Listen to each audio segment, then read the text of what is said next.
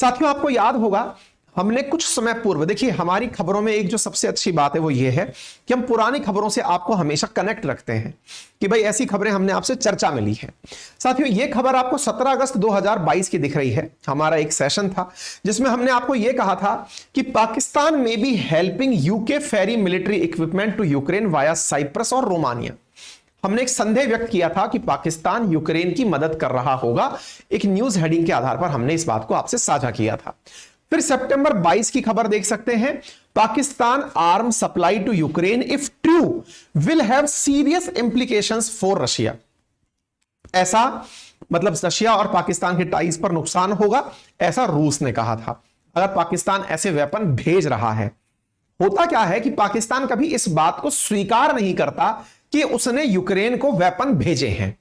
इसी वजह से रूस और पाकिस्तान के रिश्ते बरकरार हैं, यानी कि रूस पाकिस्तान के साथ में गेहूं वगैरह का व्यापार कर रहा है। कोई बात नहीं। ऐसी स्थिति में Pakistan arm supply to Ukraine if true. अब ट्रू के लिए गवाह क्या हो? जैसे क्या होता है ना, इंडिया में क्या होता है, जब आतंकी हमला होता है तो पाकिस्तान की हमेशा से आदत रही है सीधा इनकार करने की कि यह आतंकी हमला हमने नहीं कराया। कोई बात नहीं साहब, हमारे देश के प्रति पाकिस्तान का रवैया जगजाहिर है, लेकिन दुनिया पाकिस्तान के इस डिनायल मोड पर विश्वास करती आई हमेशा कि हां पाकिस्तान ने थोड़ी कराया होगा, आपके अपने ही लोग होंगे जिन्हें मरने का शौक होगा, वो मर रहे होंगे, बम से वो अपनी दिवाली खेल रहे होंगे, बना के बम फोड़ रहे होंगे, मर रहे होंगे। दुनिया ने इंडिया की तरफ से जब भी आतंकवाद के ऊपर कोई भी, हमने भारत ने दुनिया के प्रति जब भी कहा कि भाई हमारे यहां आतंकवाद है, लोगों ने हमारी बातों को सुनने से लगभग इग्नोरेंस दिखाया था। धीरे धीरे वो आतंकवाद उनके घरों में पहुंच गया, अमेरिका में पहुंच गया, फ्रांस में पहुंच गया, न्यूजीलैंड में पहुंच गया। जब खुद के घर में आग पहुंची तब दुनिया को लगा अरे बाप रे, आतंकवाद तो बहुत बड़ी चीज है। अब ऐसी स्थिति में लोग जिस बात को स्वीकार नहीं करते, ऐसे ही हमारा प्यारा देश, साथी सहयोगी हमारा रूस, उसे लगता था कि यूक्रेन में पाकिस्तान वेपन थोड़ी सेंड कर रहा होगा, हमसे गेहूं खरीदता है, गेहूं के तो लाले पड़ रहे हैं इनको, लेकिन ये वेपन थोड़ी ना कर रहे होंगे, बेच रहे होंगे। भाई साहब, जिसके पास है ही नहीं, कुछ तो बेच के पैसे कमाएगा ना। जब किसी की दरिद्रता आती है तो वो बर्तन तक बिकने पे आ जाते हैं, बर्तन भांडे सब बिक गए। ऐसी स्थिति में सवाल यह था कि क्या पाकिस्तान ने अपने बर्तन बेचकर, जो उसके वेपन्स थे उनको बेचकर यूक्रेन से पैसे वैसे लिए हैं या दुनिया के किसी देश से पैसे लिए हैं? पाकिस्तान मना करता रहा, नहीं नहीं नहीं सर, हमने ऐसा कुछ किया ही नहीं। लेकिन दुनिया भर में खबर आती रही, जैसे Pakistan ship arm to Ukraine in vessel bearing US flag, 15 March 2023 की आप खबर देख रहे हैं। इंडिया तो पूरी तरह से ये जानकारी निकालता आया है कि देख लो, पाकिस्तानी लोग अपने सामान भेज रहे हैं और बकायदा अमेरिका का झंडा लगाकर, ताकि ये लगे कि अमेरिका का माल आया है और सामान भेजा जा रहा है। कैसे कैसे? तो आप देखो, हमने एक कंटेनर आपको दिखाया है जिसमें आप देख रहे हैं container shipped from Karachi to German port of Emden. देखिए, इनके द्वारा तो खुद से ये स्वीकार कर लिया गया था। मैं आपको एक खबर दिखा दूं ताकि आपको ये विश्वास हो जाए। कहां गई वो खबर? हमने करी थी यार, कुछ दिनों पहले मैंने खबर की थी। इनके आर्मी के पूर्व जनरल ने यह कहा था कि हमारी सेना, आर्मी जो है, इंडिया से लड़ने की हिम्मत नहीं रखती है क्योंकि हमारे तो पूरे मामले पहले ही खराब हो रखे हैं। ठीक है ना, पर खैर कोई नहीं, हम उस बात तक आपको लेकर चलेंगे। फिलहाल के लिए इन्होंने कंटेनर्स में भरकर, कराची इन दिनों एक्सपोर्टर हो रखा है और जर्मन पोर्ट है एमडेन का, वहां तक इन्होंने अपने द्वारा वेपन्स कंटेनर में भरकर भेजे हैं। तो ये पाकिस्तान के कराची पोर्ट से एमडेन तक कंटेनर गए हैं। रूट क्या रहा? पाकिस्तान के वेपन यूक्रेन तक कैसे पहुंचे?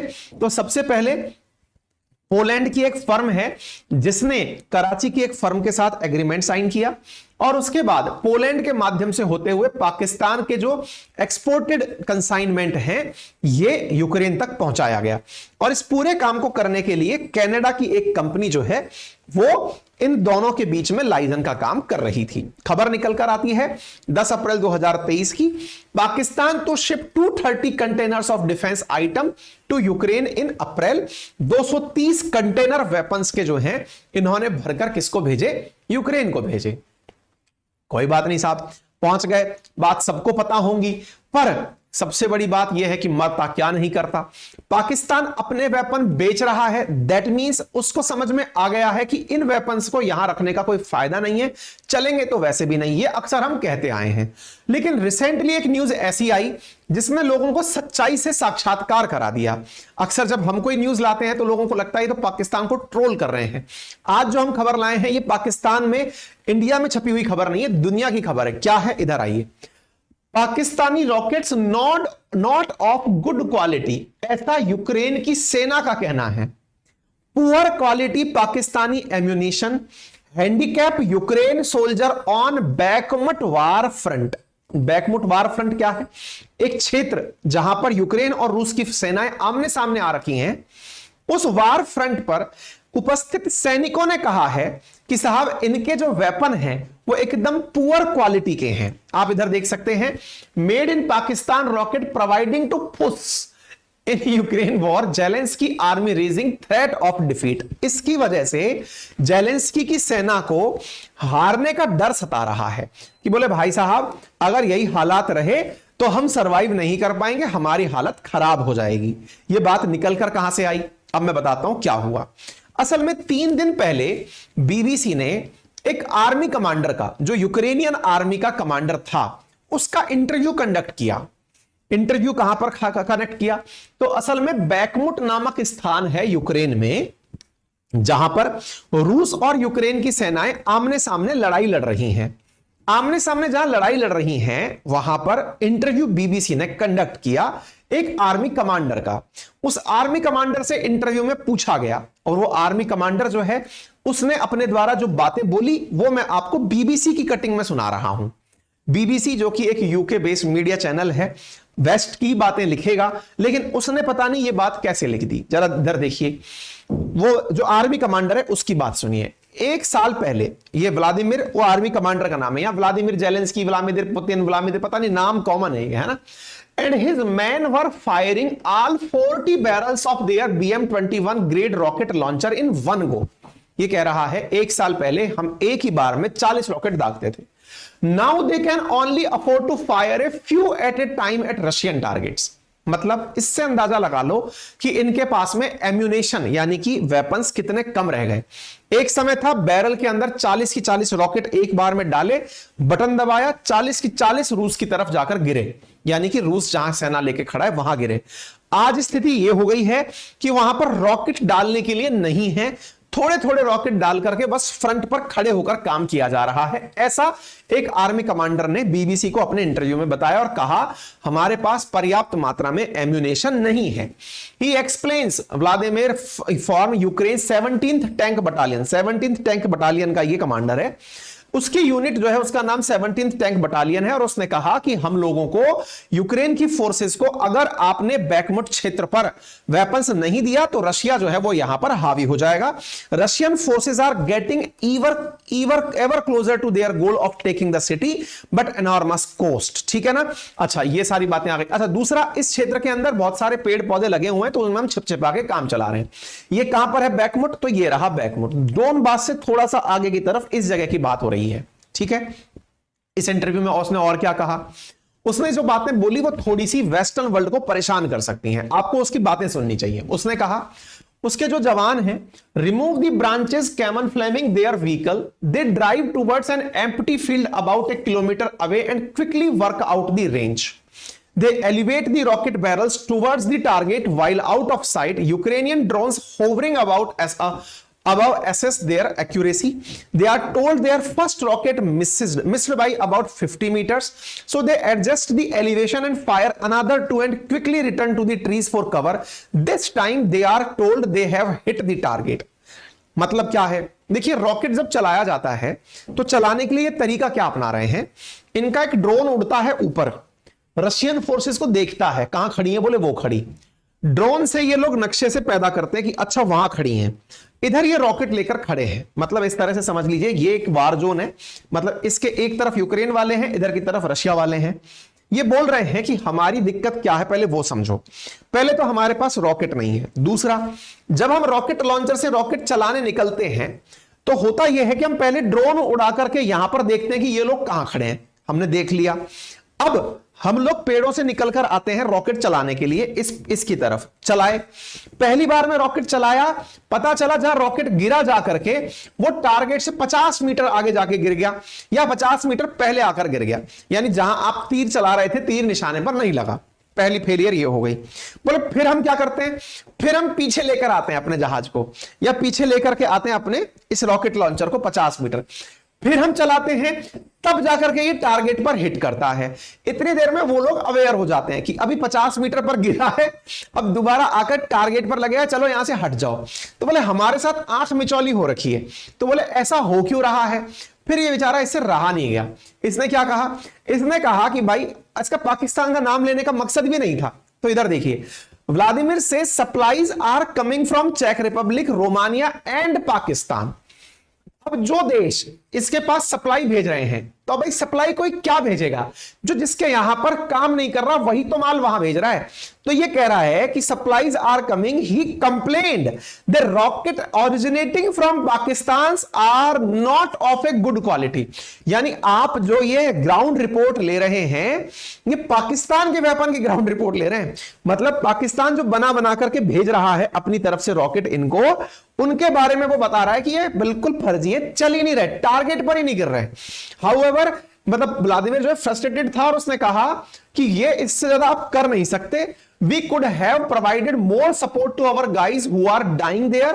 He says Ukraine has already burned their own stock of grade ammunition, so it's relying on rockets sourced from other countries.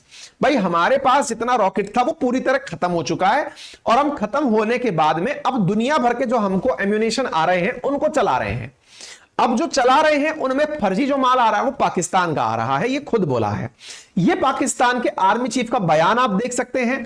जब हमने ये किया था इससे बहुतों को मिर्ची लगी थी, लेकिन हमने तब भी किया था। पाकिस्तान की सेना भारत से युद्ध नहीं कर पाएगी, ऐसा पाकिस्तानी सेना के प्रमुख का बयान था, जिसकी वजह से बड़ा बवाल मचा था। और हमने बताया था कि पाकिस्तान की तरफ से कहा गया है कि उसके टैंक्स जो हैं वो वर्किंग कंडीशन में नहीं है, और ये इनके आर्मी चीफ बाजवा का बयान था जो कि रिसेंटली काफी वायरल हुआ है। अब क्या पता वो वही माल बेच रहा हो, उनको तो कोई भरोसा नहीं है, ठीक है ना।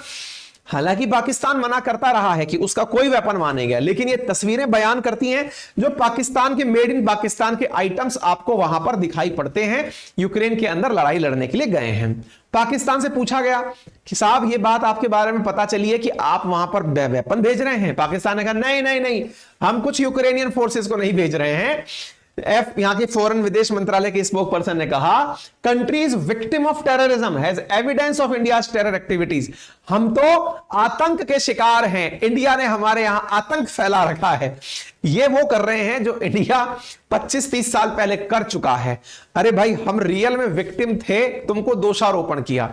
अब उल्टा चोर जो है वो कोतवाल के ऊपर शिकबोल आरोप लगा रहा है, क्या कि हमारे ऊपर आतंक हावी हो गया है। बेटा उसको आतंक हावी होना नहीं कहते, तुमने आतंकियों को पैसे देने बंद कर दिए, तो अब वो सुसाइड बम्बर बन के वहां नहीं जा रहे, उनको हुरे मिलने का लालच खत्म हो गया। अब तो वो इंडिया जाकर बम नहीं फोड़ रहे, अब वो तुम्हारे यहां बम फोड़ रहे हैं। अब तो इसके लिए भी जिम्मेदारी हमें दो कि इंडिया तुम्हारे यहां आतंक फोड़ रहा है, ऐसा नहीं है। वो बेरोजगार आतंकवादी है, उसको तुम अब फाइनेंस नहीं कर पा रहे, तो वो इंडिया जा नहीं पा रहा। अब वो बचा हुआ क्या करे, प्रैक्टिस उसने बढ़िया कर ली, प्रैक्टिस बढ़िया कर ली, तो वो तुम्हारे यहां ट्रायल कर रहा है, उसके प्रयोग चल रहे हैं। वो जहां तहां देखता है तुम्ही पे गोले बरसा देता है, क्योंकि इंडिया जाने के नाम पर आप उसको पैसे देते थे, अब पैसा आपके पास ही नहीं बचा, तो जो सीख कर जिहादी बना बैठा है आपके देश में वो आप ही को मार रहा है। ठीक है, इसको इंडिया बेस्ड टेररिज्म मत कहो, आप ही के लोग हैं, आप ही के बेरोजगार आतंकवादी हैं, और वो आपके यहां पर इस तरह का काम कर रहे हैं। ठीक है, आपकी स्थिति सबसे छुपी हुई नहीं है, सबको समझ में आता है।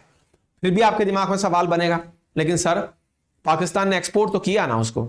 बिल्कुल, इनका प्यार आज का नहीं है, पुराना है। कैसे? देखो, Ukraine to supply Pakistan military with MI-17 helicopter engine and spares. कहानी क्या है आप इधर देख सकते हैं, 27 अप्रैल की कहानी है। यूक्रेन ने कहा है कि देखो आपके पास जो MI-17 हेलीकॉप्टर है उसके जो स्पेयर पार्ट्स हैं वो हम आपको भेज देंगे। इस प्रकार से इनके बीच मित्रता चल रही है। ये रॉकेट भेज रहा है, उधर से हेलीकॉप्टर को सुधारने का माल भेजा जा रहा है। आप पूछेंगे MI-17? जी हां, ये एक ट्रांसपोर्ट हेलीकॉप्टर है, सोवियत रूस मेड है। यूक्रेन में भी इसका इस्तेमाल होता है। दुनिया के 60 से ज्यादा देशों में इसका इस्तेमाल होता है। 12,000 से ज्यादा देश इसका 12,000 से ज्यादा अभी तक हेलीकॉप्टर इसको दुनिया भर में यूज हो रहे हैं, 60 देशों में यूज हो रहे हैं। इसके लिए जो आवश्यक जो मतलब मशीनरी है वो यूक्रेन पाकिस्तान को भेज रहा है। तो कुल जमा बात यह है कि जो व्लादिमीर की बात है इसको सभी लोग मान लो। We are worried our western allies are getting tired of helping us. ये फ्रस्ट्रेट होकर बोल रहा है पाकिस्तान के तो फर्जी निकल आए, और जो पश्चिमी देश हैं अब वो भी हमारी मदद कर करके थक चुके हैं। आप और हम तो क्या कयास लगा रहे थे? हम कयास ये लगा रहे थे कि पश्चिमी देश जो है वो मिलकर के रूस के खिलाफ एक हो रहे हैं, लेकिन वहां सेना के कमांडर का बयान बीबीसी को क्या है कि पश्चिमी देश भी हमको वेपन देने के लिए कोशिश कर करके थक लिए हैं, उनकी इकोनॉमिक खुद की खत्म होती जा रही है।